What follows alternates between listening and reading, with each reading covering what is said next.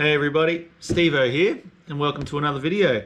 I've been a little bit busy, so I haven't posted much lately. We had a fair bit of early snow up at work on the mountain at Falls, and kept us pretty busy. I mean, it never snows on May the 2nd in Australia, very rarely anyway. Anyway, and while I waited for this little piece of kit to arrive. So this is the Thrustmaster TH8A shifter, blah, blah, blah, blah, tongue twister, by Thrustmaster. Been looking at getting one of these for a while. It's been on the cards, and you know, Gran Turismo you don't really need, and that's all I used to really play, and a little bit of project cars, but I just tended to use the TSS sequential. So anyway, so I got this. With everything going on in the world, it didn't take too long, just over a week. I got it from thegamesman.com.au, so check those guys out. I've gotten a fair few products off them. They're quite prompt, and they answer any questions you need about the product quite quickly. And also, they're a small business, Australian business. So if you're in Australia, check them out. They're really cool. So anyway, you know me, I don't like unboxing videos because I think they're pretty damn lame. So I'm just gonna do this. Okay, so the first thing you're probably going to notice is that the shifter knob's different to what is on the box cover. It used to have this stupid thing on top. Thrustmaster, what were you thinking? This is possibly the worst gear shifting knob I've ever seen. So I went to Super Cheap Auto, which is an Australian auto store, picked one of these up for 30 odd bucks. It's heaps better. So let's just get a few things out of the way first. The build quality is quite good. It's 90% metal according to the box. I was expecting more plastic, but it's actually quite a sturdy little unit, and having 7 gears and a reverse, it's, yeah, a nice solid piece of kit. I'm pretty impressed with it, to be honest, for the $300 Australian price range that it comes in. The shift is really smooth. I had a little bit of trouble when I tested it on iRacing in the MX-5, just getting into 5th gear. But once you get used to it, it's actually quite progressive and feels really, really good. There is a bit of flex, but that's just the Next Level Racing GT Ultimate wheel stand. I will be doing some reinforcing and stuff. I have to build a plate to fit my TSS handbrake back on, which will sit somewhere in here. I'm not sure where yet. Now, the other cool thing is that you can take this plate off and you can install this little beauty. It's for a sequential shifter, and this just slides on. Then you map I think it's your 3rd and your 4th gear, and it turns into a sequential shifter as well. And you can also use it as a small handbrake for rally cars and drifting if you're into that sort of bizzo. So without further ado, let's jump in and give it a go. All right, so we've got everything installed, ready to go. Make sure you do all your firmware updates off the Thrustmaster support website. It's pretty easy installation. It doesn't take long at all to get it going. So we're at, of course, my favorite test track of Brands Hatch, and also my favorite track of all time. We're just in a MX-5 AI practice session. We'll just go cut a couple laps, and I'll show you how this little baby works. Also, I'll put a description at the top here somewhere on the card of my little cheap telemetry setup using a couple of old iPhones and an old iPad. That's all in a video, and also another video about using my 60-year-old Alienware laptop to run iRacing, which I was pretty surprised about, as you'll see in that video. That's if you're interested, of course. So let's jump in and go for a lap.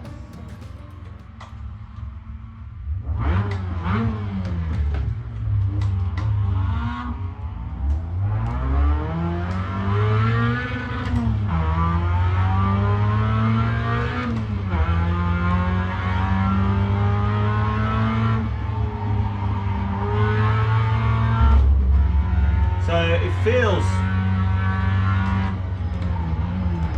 like the feel of it's pretty good. Like I thought it'd have a bit more of a positive click, but it does have nice when it switches out of neutral and into gear. Feels pretty decent.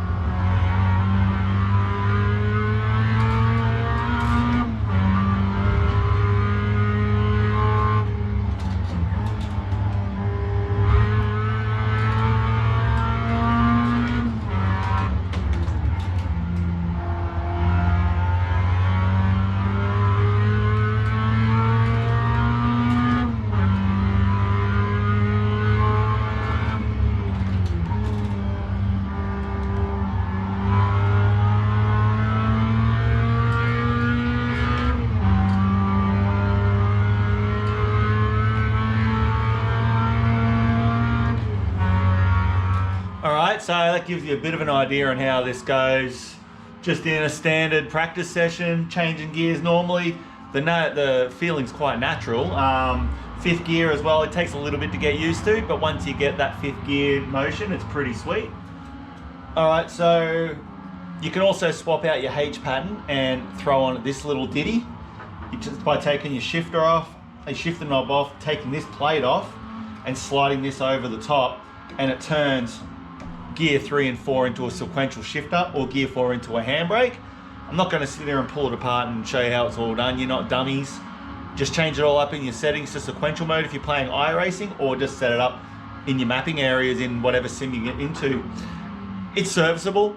It goes okay. It's nothing compared to this beast when it comes to sequential or progressive handbrakes. So I'll do a review on this little baby one day as well. I've had this for a while and it's awesome. I love it. So anyway, that'll be for another video. But if you're only looking at spending a few $100s and it's just within your budget, this will do the job for everything. So let's head back over to the workstation and we'll have a little bit of a final thought, I suppose.